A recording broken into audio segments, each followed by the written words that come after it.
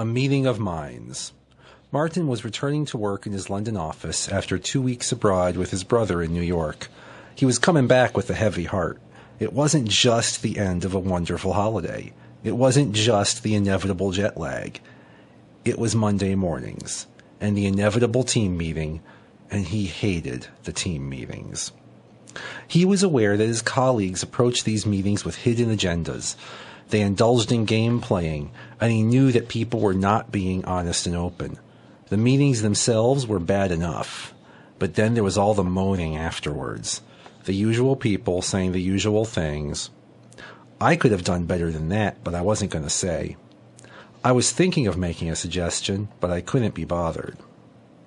As this Monday's meeting began, Martin braced himself for the usual monotony. But as the meeting progressed, he became aware of an odd background noise. At first he thought he was still hearing the engine noise from the aircraft that brought him back to London. A little bit of tinnitus, maybe.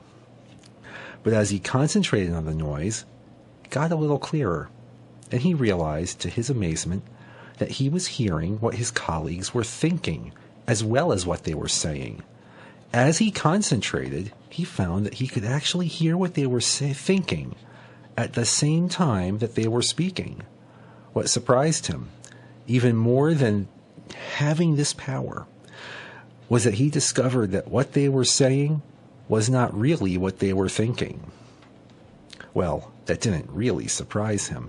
They were not making clear their reservations. They were not supporting views which they thought might be unpopular.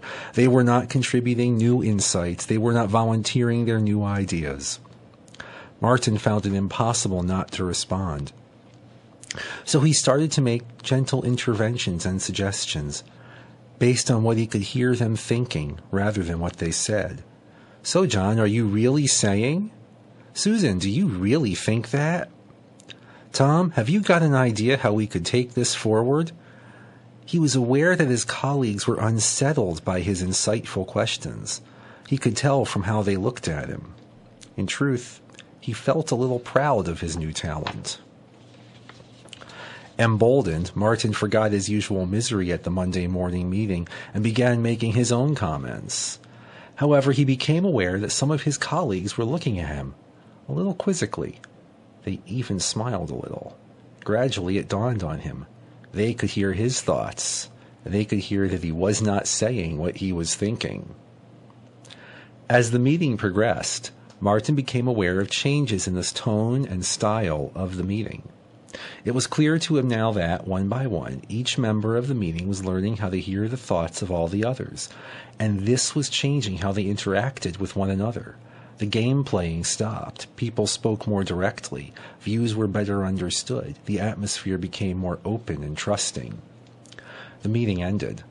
As people left the room, Martin found that he could still hear what they were thinking. That was the best meeting we've ever had. They should all be like that. I'm always going to say what I think.